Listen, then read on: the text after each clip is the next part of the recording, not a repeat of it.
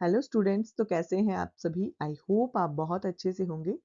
तो आज की क्लास में यूजीसी नेट पेपर नंबर 1 जो जनरल पेपर रहता है उसके हम 50 पीवाईक्यूज रीड करने वाले हैं। तो ये जो 50 पीवाईक्यूज हैं इनमें पूरी 10 यूनिट्स को कवर किया हुआ है मैंने। तो 50 क्वेश्चंस के देखेंगे आज की क्लास में हम। ठीक है, जैसे कि पेपर नंबर 1 में 50 ही पीवाईक्यू हैं, होते हैं, क्वेश्चंस होते हैं। तो वही पीवाईक्यूज के रूप में मैं आपके लिए लेकर आई हूँ। मोस्ट रिपीटेड ये क्वेश्चंस हैं जो एग्जाम के पॉइंट ऑफ व्यू से बहुत इंपॉर्टेंट हैं। तो क्लास को बीच में स्किप करके बिल्कुल मत जाइएगा, एंड तक जरूर देखिएगा। बाकी अगर आपकी कोई क्वेरी या कोई सजेशन रहता है तो आप मुझे कमेंट कर सकते हो। बाकी क्लास को शेयर जरूर कर दें। चैनल को अभी तक अगर सब्सक्राइब नहीं किया है तो प्लीज़ उसको भी सब्सक्राइब ज़रूर कर लें और क्लास को लाइक भी कर दें। चलिए शुरू करते हैं आज की ये क्लास, जिसमें फर्स्ट नंबर जो क्वेश्चन है वो ये पूछा गया है कि निम्न में से कौन सा शिक्षण का उद्देश्य नहीं है। तो यहाँ पर हमारे पास 4 ऑप्शन दिए गए हैं। पहला है ज्ञान का विकास करना, कौशल विकास करना, ठीक है, रचनात्मकता को बढ़ाना या केवल परीक्षा पास करवाना। तो शिक्षण का उद्देश्य जो नहीं पूछा गया है, यानी कि नेगेटिव टर्म में ही हमें जो है इस क्वेश्चन का आंसर देना है, तो ऑप्शन नंबर डी जो है, ठीक है, वो इसका सही उत्तर होगा, क्योंकि केवल परीक्षा पास करना जो है वो शिक्षण का उद्देश्य बिल्कुल भी नहीं है। टीचिंग का जो ऑब्जेक्टिव है वो ये नहीं है कि बच्चे को केवल उसके एग्जाम में ही पास करवाना है। बच्चे की रचनात्मकता को भी बढ़ाना है, उसके कौशल का विकास भी करना है और उसके ज्ञान का विकास भी करना है। तो ये सभी शिक्षण के उद्देश्य हैं। बाकी ये जो केवल परीक्षा पास करवाना है ये शिक्षण का उद्देश्य बिल्कुल भी नहीं है। चलिए सेकंड क्वेश्चन देखते हैं कि निम्न में से कौन सा शोध का गुण नहीं है। ठीक है, तो शोध का गुण बिल्कुल नहीं है। तो इनमें वस्तुनिष्ठता है, पूरा पुनरावृत्ति है यानी कि फीडबैक, पक्षपात है और व्यवस्थिता है। ठीक है, तो जो पक्षपात है वो शोध का गुण बिल्कुल भी नहीं है। ठीक है, शोध का गुण जो है वो पक्षपात नहीं है। नेक्स्ट क्वेश्चन है हाइपोथेसिस जो है ये किस चरण में बनाई जाती है।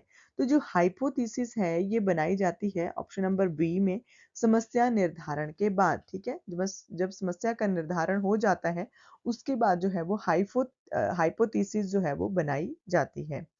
नेक्स्ट क्वेश्चन, कम्युनिकेशन में जो नॉइस है उसका क्या अर्थ है।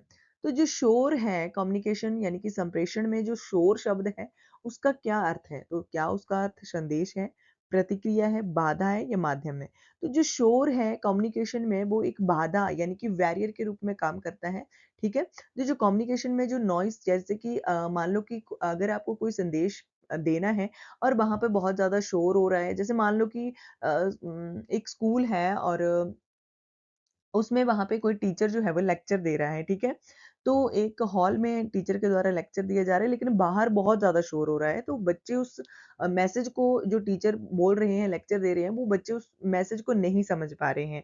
तो वो जो शोर है वो किसका काम करेगा, वो एक बाधा का यानी कि बैरियर के रूप में काम करेगा। ठीक है, तो कम्युनिकेशन में जो नॉइस होता है ये आपने हमेशा याद रखना है, वो एक बैरियर का काम करता है, एक बाधा का काम जो है वो करता है। ठीक है, नेक्स्ट क्वेश्चन है कि ऑल रोजेज आर फ्लावर्स, ये किस प्रकार का कथन है। तो ऑल रोजेज आर फ्लावर्स, ये जो कथन है ये है एक तरह से सार्वभौमिक सकारात्मक कथन है। ठीक है, सार्वभौमिक है कि ऑल रोजेज आर फ्लावर्स। ठीक है, तो ये तो एक सामने ही सच्ची बात है कि सभी जो फूल गुलाब हैं वो फूल हैं। ठीक है, तो ये एक सार्वभौमिक सकारात्मक है। ठीक है, यानी कि यूनिवर्सल ट्रुथ है ये कि जो सभी गुलाब हैं वो फूल ही हैं। ठीक है, तो ये आपने याद रखना है। नेक्स्ट आता है हमारी मैथमेटिकल यूनिट का क्वेश्चन कि यदि 8, 16, 32, 64 तो अगली संख्या क्या होगी। तो ये आई होप कि ये 8 का टेबल है। ठीक है, तो 8 का टेबल में जो नेक्स्ट आता है 64 के बाद वो आता है ऑप्शन नंबर सी, 128। ठीक है, 128 जो होगा वो इस क्वेश्चन का सही उत्तर होगा। ठीक है,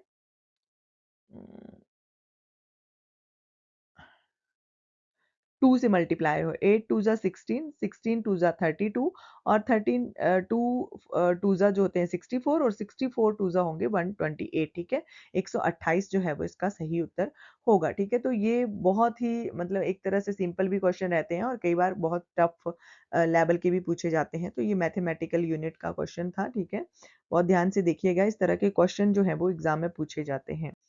नेक्स्ट है कि 25 का 40 जो 25 है उसका 40% कितना होगा, तो 25 का 40% कितना होगा, वो होगा 10, ठीक है। 10 जो है वो 25 का 40% होगा, ठीक है। नेक्स्ट आता है कि मीन जिसको माध्य कहा जाता है वो कैसे निकाला जाता है, तो माध्य निकाला जाता है कुल योग डिवाइड बाय संख्या, ठीक है।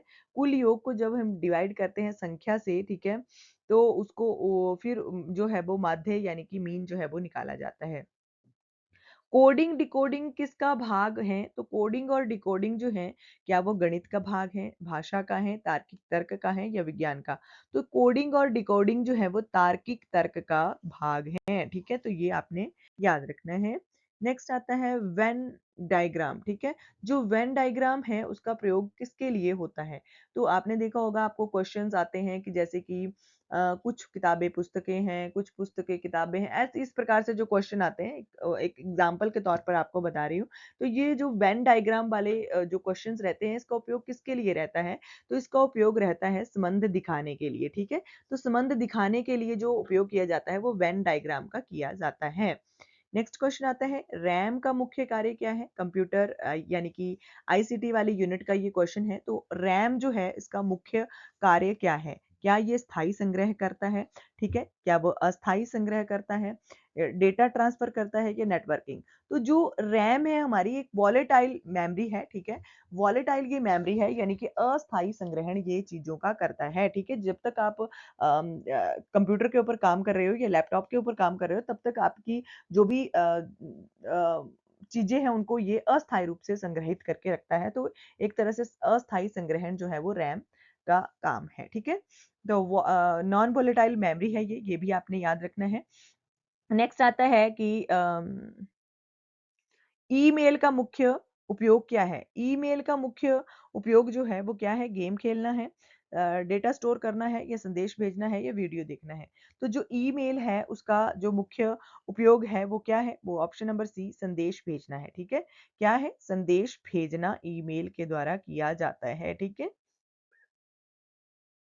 चलिए नेक्स्ट क्वेश्चन देखते हैं। नेक्स्ट क्वेश्चन है हमारा कि ओजोन परत जो है वो किससे रक्षा करती है। तो जैसा कि आपने वायुमंडल की परतें पढ़ी होंगी, ठीक है, जो लास्ट सेकंड लास्ट यूनिट है हमारी इन्वायरमेंट वाली, उससे ये रिलेटेड क्वेश्चन है। तो वायुमंडल की परतें जो आपने पढ़ी होंगी, वायुमंडल की 5 परतें होती हैं, उसमें एक ओजोन लेयर होती है। तो जो ओजोन लेयर है वो हमारी रक्षा किससे करती है, तो वो क्या वो यूवी किरणों से करती है, आईआर किरणों से करती है, धूल से या गैस से।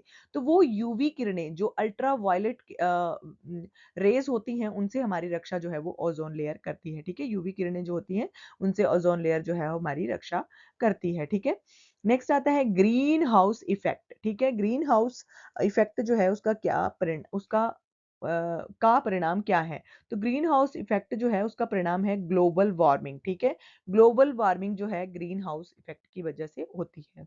नेक्स्ट आता है सस्टेनेबल डेवलपमेंट जो है उसका अर्थ क्या है, तो उसका अर्थ जो है वो है संतुलित विकास करना, ठीक है। संतुलित विकास जो है सब सस्टेनेबल जो डेवलपमेंट है उसका अर्थ है, ठीक है।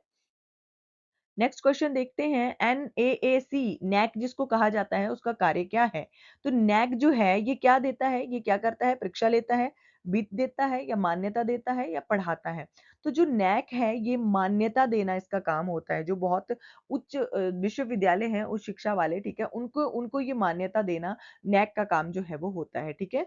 यूजीसी का संबंध किससे है, तो यहाँ पर 4 ऑप्शन दे रखे हैं। यूजीसी का संबंध किससे है, क्या स्कूल से है, उच्च शिक्षा से है, उद्योग से है, बैंक से है। तो यूजीसी जो है आपको पता है राष्ट्रीय अनुदान आयोग जो है उसका संबंध जो है उच्च शिक्षा से है, तो ये भी आपने याद रखना है। बाकी यूजीसी की स्थापना जो थी 1953 में हुई थी और इसको जो वैधानिकता मिली थी, इसको जो मतलब एक तरह से इसके जो ये पूरी तरह से मतलब वैधानिक हुआ था तो ये 1956 में हुआ था। तो ये आपने कन्फ्यूजन थोड़ा-सा दूर करना है, 1953 और 1956, ठीक है, यूजीसी की स्थापना ईयर है। नेक्स्ट आता है हमारा कि सीबीएसई का अर्थ क्या होता है, तो सीबीसीएस, ठीक है।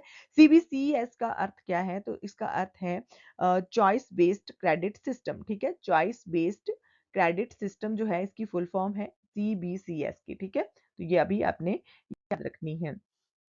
नेक्स्ट आता है कि कॉम्प्रिहेंशन जो है उसमें इनफर इनफ्रेंस जो होता है उसका क्या अर्थ है? तो इनफ्रेंस का अर्थ है कॉम्प्रिहेंशन में उसका अर्थ है निष्कर्ष निकालना, ठीक है? निष्कर्ष निकालना जो है इनफ्रेंस जो है वो कहलाता है कॉम्प्रिहेंशन में, ठीक है? नेक्स्ट आता है स्कीमिंग। स्कीमिंग का उपयोग कब होता है? तो स्कीमिंग जो है जब हम किसी चीज़ को बिल्कुल ही जल्दी-जल्दी से पढ़ते हैं, ठीक है? जल्दी जैसे जैसे मैं आपको एक अगर एग्ज़ाम्पल दूँ तो एग्ज़ाम्पल के तौर पर जब आप एक न्यूज़पेपर पढ़ते हो, तो न्यूज़पेपर के जल्दी-जल्दी से आप उसके हेडिंग्स ही पढ़ते हो, ठीक है? बहुत ज़्यादा डीप में जाकर उस न्यूज़ को नहीं देखते हो, सिर्फ़ उसका हेडिंग पढ़ते हो, बाकी चलती-चलती नज़रों से उसके बारे में थोड़ा-सा पढ़ लेते हो, तो उसको कहते हैं स्कीमिंग, ठीक है?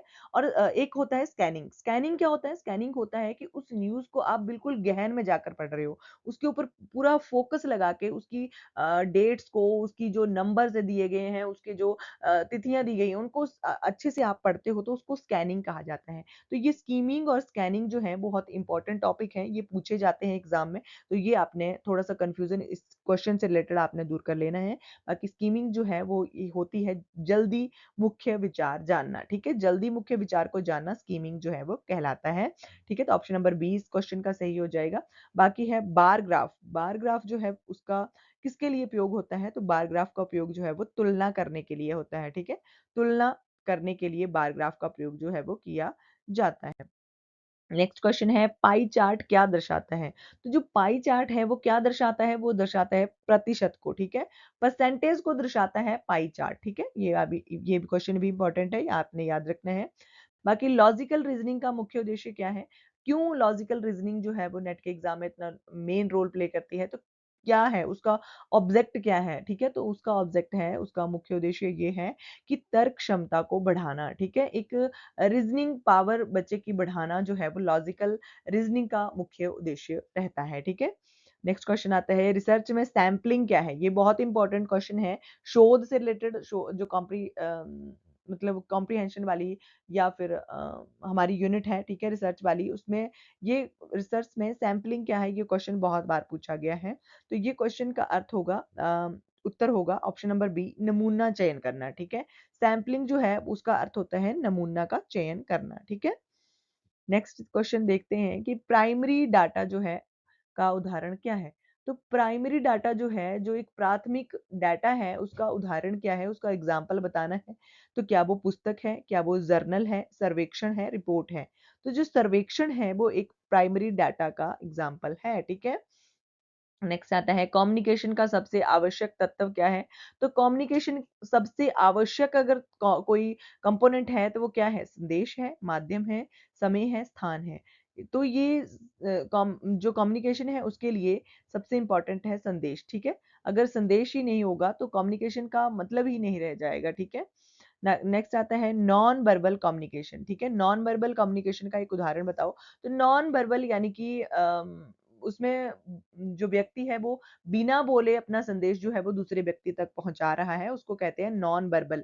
बिना बोले, ठीक है? अमौखिक संकेत या फिर संप्रेषण जो है उसको कहते हैं नॉन वर्बल, ठीक है? तो नॉन वर्बल जो कम्युनिकेशन है उसका उदाहरण है सबसे अच्छा हाव भाव, ठीक है? हाव भाव जो है जैसे कि मान लो एक एग्जांपल मैं अगर आपको देती हूँ तो मान लो कि आप एक क्लास में पढ़ा रहे हो, आप टीचर हो, ठीक है? तो बच्चे जो हैं बहुत अच्छा काम करते हैं, ठीक है? तो बच्चा जो है वो आपको मतलब उसने एक बहुत प्यारी-सी ड्राइंग बनाई है, बच्चा आपको अपनी पिक्चर जो है वो उठाकर दिखाता है, तो आप सिर्फ़ उसको इशारा करते हो, सिर्फ़ अपनी गर्दन हिलाकर कि बहुत अच्छा है, तो बच्चा जो है वो समझ जाता है उससे, तो इसको कहते हैं नॉन वर्बल कम्युनिकेशन। इससे क्या हुआ कि बच्चे को रीइन्फोर्समेंट भी मिल गई और जो है आपको कुछ बोलने की ज़रूरत भी नहीं पड़ी, तो इसको नॉन वर्बल कम्युनिकेशन जो है वो कहते हैं, ठीक है? तो ये आपने याद रखना है। बाकी नेक्स्ट क्वेश्चन देखते हैं कि सीरीज़ का मुख्य उद्देश्य क्या है? तो सीरीज़ का मुख्य उद्देश्य है पैटर्न को पहचानना, ठीक है? क्या मुख्य उद्देश्य है? पैटर्न को पहचानना सीरीज़ कहलाता है, ठीक है? नेक्स्ट है 9 9 जा, तो 9 और 9 जा 81 होते हैं, ठीक है? ऑप्शन नंबर बी बहुत ही ईज़ी सा क्वेश्चन था, ठीक है? नेक्स्ट आता है 100 डिवाइड बाय 4, तो 100 को डिवाइड 4 से करेंगे तो क्या ऑप्शन आएगा हमारा? 25 आएगा, ठीक है? 25 जो है वो 4 से 100 को डिवाइड करने के बाद उत्तर हमारे पास आता है। नेक्स्ट क्वेश्चन है कि निम्न में से कौन-सी शिक्षण विधि जो है वो छात्र केंद्रित है, ठीक है? एक बाल केंद्रित शिक्षण विधि बतानी है। तो 4 शिक्षण विधियाँ हमारे पास दे रखी हैं। सबसे पहली है व्याख्यान विधि, ठीक है? यानी कि लेक्चर मेथड इसको कहा जाता है, चर्चा विधि आती है, ठीक है। तो उसके बाद आती है व्याख्या विधि, प्रदर्शन विधि। तो ये इनमें से जो शिक्षण विधि छात्र केंद्रित है वो है चर्चा विधि, ठीक है, जिसमें बच्चा जो है एक्टिव होकर पार्ट ले रहा है, वो अपने डॉट्स भी क्लियर कर रहा है, अपने क्वेश्चंस भी टीचर से पूछ रहा है, तो उसमें जो है वो बच्चा पूरी तरह से एक्टिव है, तो उसको चर्चा विधि को कहा जाता है छात्र केंद्रित विधि, ठीक है। तो ये भी आपने याद रखनी है। नेक्स्ट आती है शोध में जो वेरिएबल है उसका क्या अर्थ होता है। तो शोध में यानी कि रिसर्च में जो वेरिएबल है उसका अर्थ है परिवर्तनीय तत्व, ठीक है। परिवर्तनीय तत्व वेरिएबल जो है वो कहलाते हैं। नेक्स्ट क्वेश्चन आता है कि निम्न में से कौन सा सेकेंडरी डाटा का स्रोत है। तो सेकेंडरी डाटा यानी कि द्वितीयक जो डाटा है उसका स्रोत क्या है। तो उसका स्रोत है ऑप्शन नंबर सी जनगणना रिपोर्ट, ठीक है। जनगणना रिपोर्ट को हम सेकेंडरी डाटा के रूप में देखते हैं। नेक्स्ट क्वेश्चन आता है कि कम्युनिकेशन प्रोसेस में जो एनकोडर है वो कौन होता है। तो एनकोडर कौन होता है। एनकोडर जो है वो होता है संदेश भेजने वाला, ठीक है, संदेश भेजने वाला। और डिकोडर कौन होता है, संदेश को प्राप्त करने वाला, ठीक है। तो ये दोनों ही आपने याद रखने हैं। संदेश को भेजने वाले को एनकोडर कहते हैं, एनकोडर कहते हैं, और संदेश को प्राप्त करने वाले को डिकोडर कहते हैं, ठीक है। नेक्स्ट क्वेश्चन आता है कि यदि 2 6 18 54 तो अगली संख्या क्या होगी। तो अगली संख्या होगी 162, ठीक है, 162। नेक्स्ट आता है ऑल टीचर्स आर लर्नर्स। ये कथन किस प्रकार का कथन है। ऑल टीचर्स आर लर्नर्स, ये कथन जो है ये क्या है, ये एक सार्वभौमिक सकारात्मक है, ठीक है। नेक्स्ट आता है कि मीन मीडियन और मोड किसके प्रकार हैं। तो मीन मीडियन और मोड जो है ये किसके प्रकार हैं, ये है केंद्रीय प्रवृत्ति के प्रकार, ठीक है। ऑप्शन नंबर सी सी जो है वो सही हो जाएगा। आईसीटी में www का फुल फॉर्म क्या है। तो उसका पूर्ण रूप है वर्ल्ड वाइड वेब, ठीक है। वर्ल्ड वाइड वेब जो है इसका सही उत्तर हो जाएगा, ठीक है। नेक्स्ट क्वेश्चन आता है कि डिफॉरेस्टेशन जो है उसका मुख्य प्रभाव क्या है। तो डिफॉरेस्टेशन का जो मुख्य प्रभाव है वो है जैव विविधता में कमी, ठीक है। जैव विविधता में कमी डिफॉरेस्टेशन का मुख्य प्रभाव है। नेक्स्ट क्वेश्चन यूजीसी की स्थापना कब हुई थी। तो यूजीसी की स्थापना ऑप्शन नंबर बी 1956 में हुई थी, ठीक है, 1956 में। अगर आपके पास ऑप्शन में 53 भी होता तो आपका उत्तर जो है वो 53 भी होता, ठीक है। तो ये मैंने आपका डॉट जो है वो क्लियर कर दिया है कि 53 में इसकी स्थापना की गई थी, लेकिन जो इसको वैधानिक दर्जा मिला था वो 56 में मिला था, इसलिए इसका जो इस्टेब्लिश ईयर है वो भी हम 56 ही काउंट करते हैं। नेक्स्ट आता है ब्लैक बॉक्स। ब्लैक बॉक्स शब्द किससे संबंधित है। तो ब्लैक बॉक्स शब्द जो है वो अधिगम प्रक्रिया से संबंधित है। किससे संबंधित है, अधिगम प्रक्रिया से, यानी कि लर्निंग प्रोसेस से, ठीक है। नेक्स्ट आता है रिसर्च में रिलायबिलिटी जो है वो उसका क्या अर्थ होता है। रिलायबिलिटी जो है उसका अर्थ होता है ऑप्शन नंबर बी स्थिरता, ठीक है। स्थिरता को रिलायबिलिटी जो है वो कहा जाता है रिसर्च में, ठीक है। नेक्स्ट क्वेश्चन है हमारा कि जो स्क्यूनेस है वो किससे संबंधित है। तो स्क्यूनेस जो है वो ऑप्शन नंबर बी डेटा के झुकाव से संबंधित है, ठीक है, डेटा का झुकाव। नेक्स्ट है कि निम्न में से कौन सा लॉजिकल जो फैलेंसी है वो है। तो उसका उत्तर होगा ऑप्शन नंबर बी गलत तर्क, ठीक है। नेक्स्ट आता है बैंड विड्थ किससे संबंधित है। तो बैंड विड्थ जो है वो option number B data transfer गति से संबंधित है, ठीक है, डाटा ट्रांसफर गति से संबंधित है। नेक्स्ट हमारा क्वेश्चन आता है कि एसिड रेन का मुख्य कारण क्या है। तो एसिड रेन जो होती है, अम्लीय वर्षा जो होती है, उसका जो मुख्य कारण है SO2 और NO2 है, ठीक है। SO2 और NO2 दोनों ही अम्लीय वर्षा का कारण है। नेक्स्ट आता है ऑटोनॉमी का अर्थ जो है उच्च शिक्षा में क्या है। तो ऑटोनॉमी का अर्थ जो है वो ऑप्शन नंबर बी स्वतंत्रता है, ठीक है, क्या है, लिबर्टी जो है वो ऑटोनॉमी का अर्थ है। नेक्स्ट आता है कॉम्प्रीहेंशन में स्कैनिंग का उपयोग कब किया जाता है। तो कॉम्प्रीहेंशन में जो स्कैनिंग का उपयोग किया जाता है वो विशेष जानकारी ढूंढने के लिए किया जाता है, ठीक है। जब आप मतलब किसी भी चीज़ से रिलेटेड एक बहुत विशेष जानकारी चाहते हो तो आप उसका गहनता से अध्ययन करते हो तो उसको कहा जाता है स्कैनिंग, ठीक है। ये मैं आपको पहले ही क्लियर कर चुकी हूँ। आई होप आप बहुत अच्छे से समझ गए होंगे स्कैनिंग और स्कैनिंग का अर्थ, ठीक है। नेक्स्ट क्वेश्चन है हमारा सेकंड लास्ट क्वेश्चन है यदि a इज इक्वल टू 1 है, v इज इक्वल टू 2 है, c इज इक्वल टू 3 है तो CAB जो है वो क्या बना 1 2 3, ठीक है, CAB बना 1 2 3, ठीक है। तो ऑप्शन नंबर ई जो है वो ऑप्शन नंबर ए जो है वो सही हो गया, क्योंकि पहले नंबर पे सी है, तो यानी कि 3 1 और 2, ठीक है। तो ऑप्शन नंबर ए जो है वो सही उत्तर होगा। नेक्स्ट है कि इंक्लूसिव एजुकेशन का मुख्य उद्देश्य क्या है।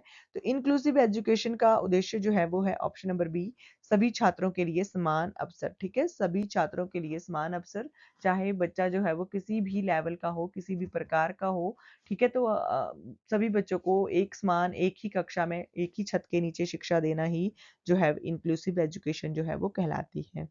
तो आई होप कि आपको क्लास अच्छी लगी होगी। आप क्लास को लाइक ज़रूर कर देंगे, शेयर ज़रूर करेंगे अपने फ्रेंड्स के साथ, क्योंकि यूजीसी नेट के एग्ज़ाम्स जो हैं वो बहुत जल्दी जो है वो बहुत कम टाइम बचा है, और आपको पता है ये पेपर नंबर 1 है, तो जनरल पेपर सभी का सेम होगा।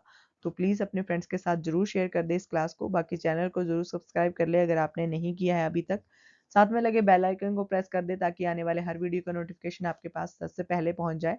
तो आज की क्लास के लिए बस इतना ही। Thanks for watching. मिलते हैं आपसे नेक्स्ट क्लास में।